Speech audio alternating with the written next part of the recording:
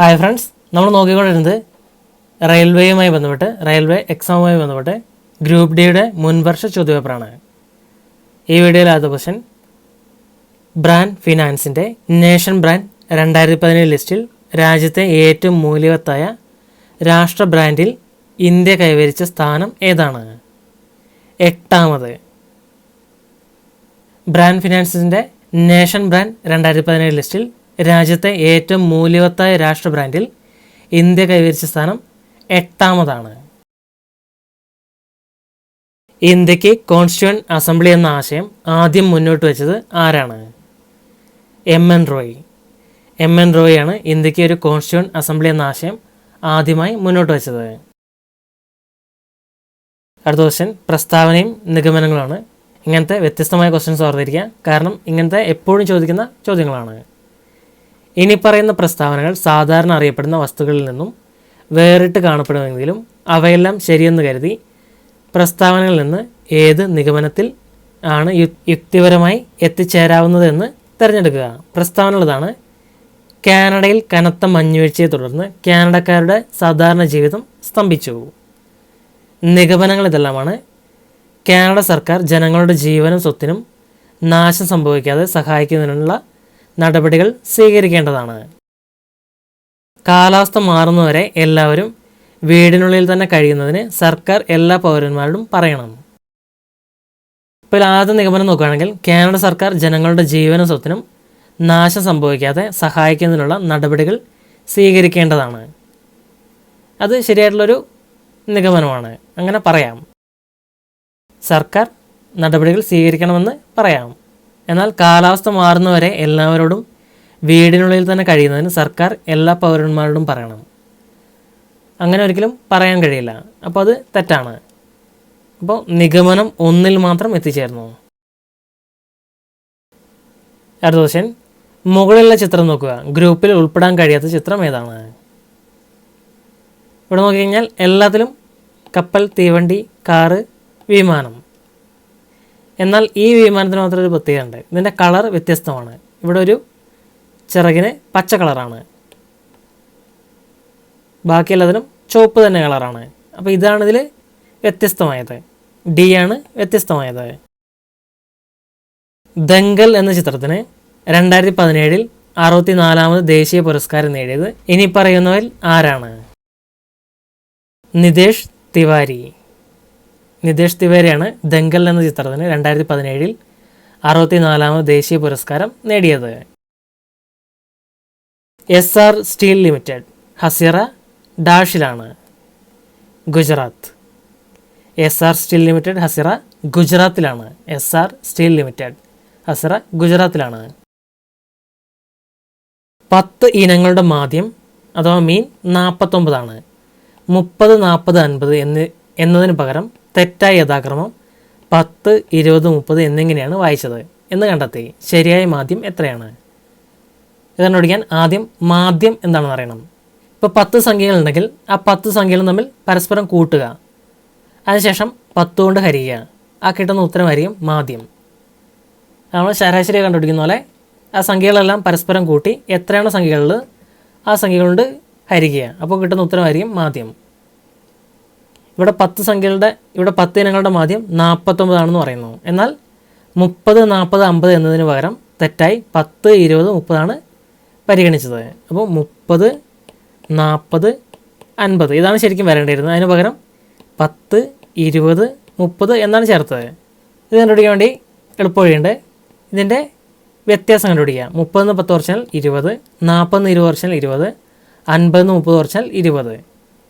അതിനുശേഷം ഇത് പരസ്പരം കൂട്ടുക. 20, 20, 20 60 കിട്ടും.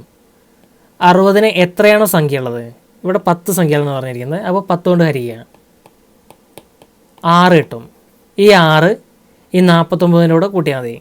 49 + 6 55. ഓപ്ഷൻ 4 55 ഇതിൻ്റെ ആൻസറായിട്ട് വരുന്നത്. ഇവിടെ മാധ്യം കണ്ടുപിടിക്കാനാണ് അറിഞ്ഞിരിക്കേണ്ടത്. തന്നിരിക്കുന്ന എല്ലാ സംഖ്യകളും പരസ്പരം കൂട്ടുക, എന്നിട്ട് ടോട്ടൽ എത്ര സംഖ്യകളാണുള്ളത് അതുകൊണ്ട് ഹരിക്കുക. അതാണ് മാധ്യം. 77 ആളുകൾ പങ്കെടുക്കുന്ന ഒരു പാർട്ടിയിലെ പുരുഷന്മാരുടെയും സ്ത്രീകളുടെയും അനുപാതം 4:7 പാർട്ടിയിലെ ആകെ സ്ത്രീകളുടെ എണ്ണം എന്താണ്? അപ്പോൾ 77 ആളുകൾ മൊത്തമുണ്ട്, 77 ആളുകൾ. അതിൽ പുരുഷന്മാരുടെ സ്ത്രീകളുടെ അനുപാതം 4:7 അപ്പോൾ സ്ത്രീകളുടെ അനുപാതം 7.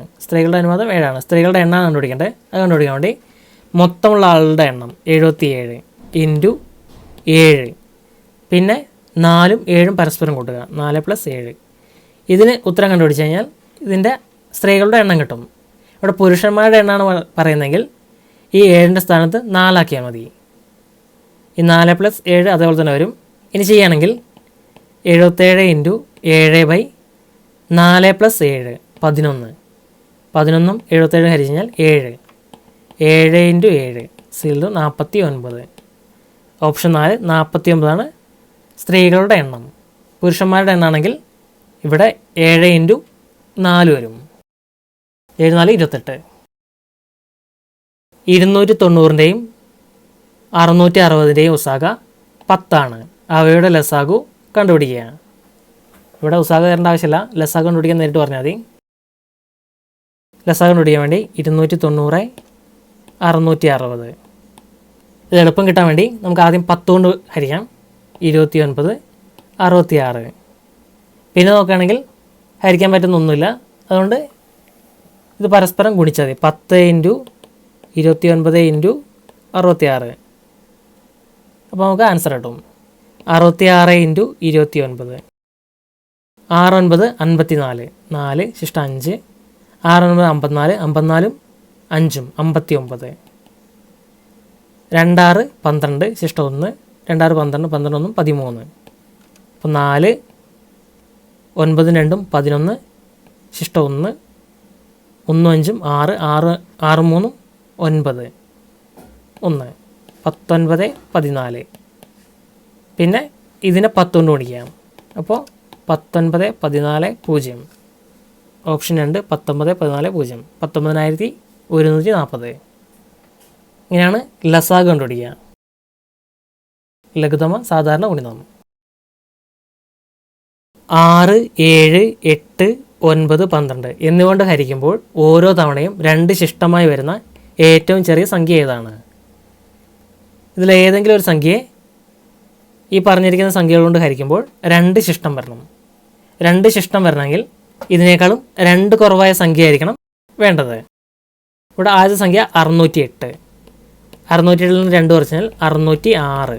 ഈ 606നെ ഈ ഇത്രയും സംഖ്യകൾ കൊണ്ട് പൂർണ്ണമായിട്ടും ഹരിക്കാൻ കഴിയണം.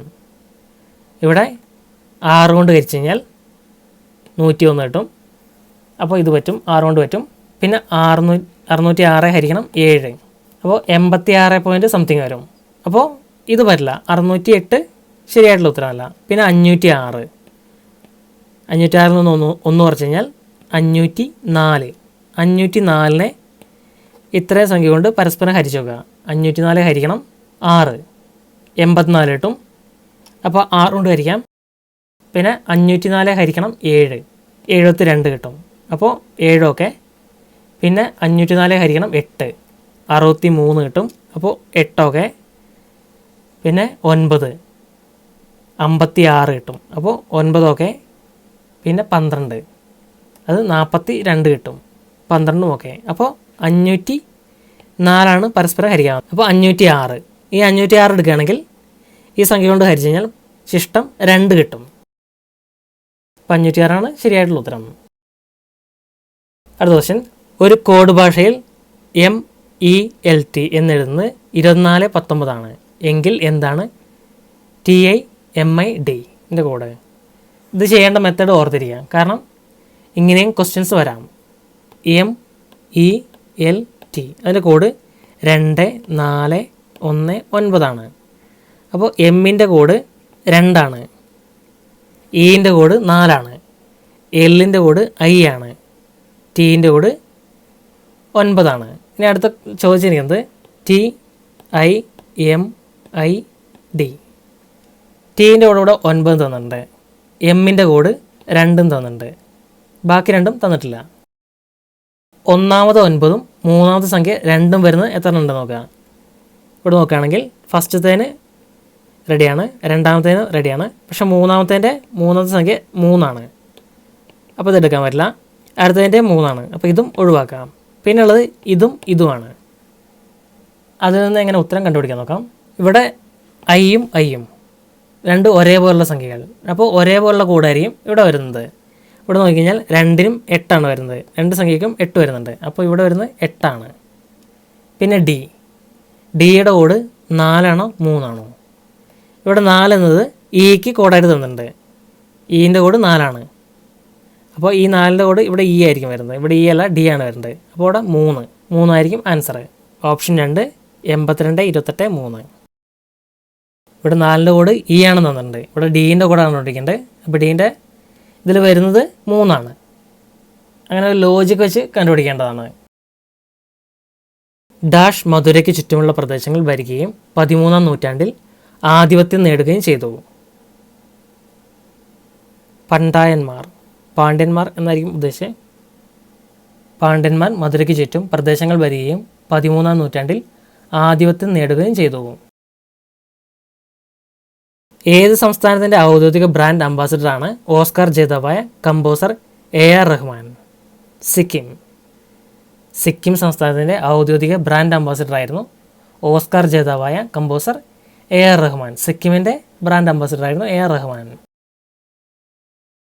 താഴെ കാണുന്ന പ്രസ്താവനകളിൽ ഏതാണ് ശരിയായുള്ള പ്രസ്താവന ഇതാണ്.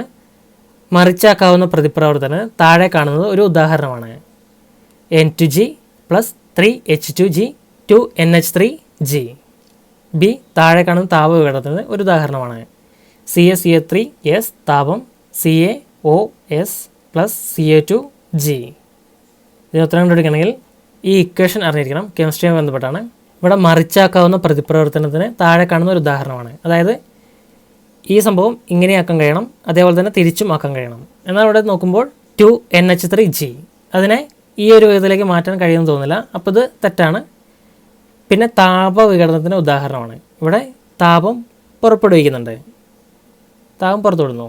അപ്പോൾ ഇത് ശരിയാണ്. ഓപ്ഷൻ ബി മാത്രമാണ് ശരി. ചുവടെയുള്ള വ്യഞ്ജനം ലഘൂകരിക്കുക. 2/3 × 4/6 + 2/3 × 7/10 - 11/2 × 4/33. 2/3 × 4/6 + 5/3 × 7/10 - 11/2 × 4/33. ഇത് പരസ്പരം ഹരിക്കാവുന്നതല്ല ഹരിക്കുക. ഇവിടെ 2ഉം 6ഉം 3. പിന്നെ ഇവിടെ 5ഉം 10ഉം 2, 11ഉം 33ഉം 3. ബാക്കി വരുന്നത് 1/3 × 4/3 പ്ലസ് 1/3 × 7/2 മൈനസ് 1/2 × 4/3. ഇനി ഒരു 4 4, 3 9 പ്ലസ് ഒരു 7, 2 6 മൈനസ് ഇവിടെ 2ഉം 4ഉം പരസ്പരം ഹരിക്കാം. ഇവിടെ 1, ഇവിടെ 2. അപ്പോൾ ഇത് 1 പോയി, ഇത് പോയി. പിന്നെ ഉള്ളത് 2/3 2/3. ഇനി ഇത് പരസ്പരം കൂട്ടുകയും കുറയ്ക്കുകയും ചെയ്യാം. അപ്പോൾ അത് ചെയ്യാൻ വേണ്ടിയിട്ട് എളുപ്പത്തിന് 9ൻ്റെയും 6ൻ്റെയും 3ൻ്റെയും LCM കണ്ടുപിടിക്കാം. 9 6 3 3 കൊണ്ട് ഹരിക്കാം. 3 2 1. പിന്നെ ഒന്നും പറ്റില്ല. അപ്പോൾ 3 × 3 9, 9 × 2 18. 18ആണ് ഇതിൻ്റെ LCM. 18. 9നെ 2 കൊണ്ട് ഗുണിച്ച് കഴിഞ്ഞാൽ 18 ആകും. അപ്പോൾ 4നെ 2 കൊണ്ട് ഗുണിച്ചാൽ 8 പ്ലസ് 6നെ 3 കൊണ്ട് ഗുണിച്ച് കഴിഞ്ഞാൽ 18 ആകും. അപ്പോൾ 7 × 3 21 മൈനസ് 3നെ 6 കൊണ്ട് ഗുണിച്ചാൽ 18 ആകും. അപ്പോൾ 2 × 6 12. 8 പ്ലസ് 21 29. 29 മൈനസ് 12 17. 17/18. 17/18. ആൻസർ ആയിട്ട് വരുന്നത് 17/18. ഓക്കെ ഫ്രണ്ട്സ്, ഒരു ക്വസ്റ്റ്യൻ പേപ്പർ ഇവിടെ തീർന്നിരിക്കുകയാണ്. ഒരു ഫുൾ ക്വസ്റ്റ്യൻ പേപ്പർ തീർന്നു. ഇനി അടുത്ത ദിവസം അടുത്തൊരു ക്വസ്റ്റ്യൻ പേപ്പർ നോക്കാവുന്നതാണ്.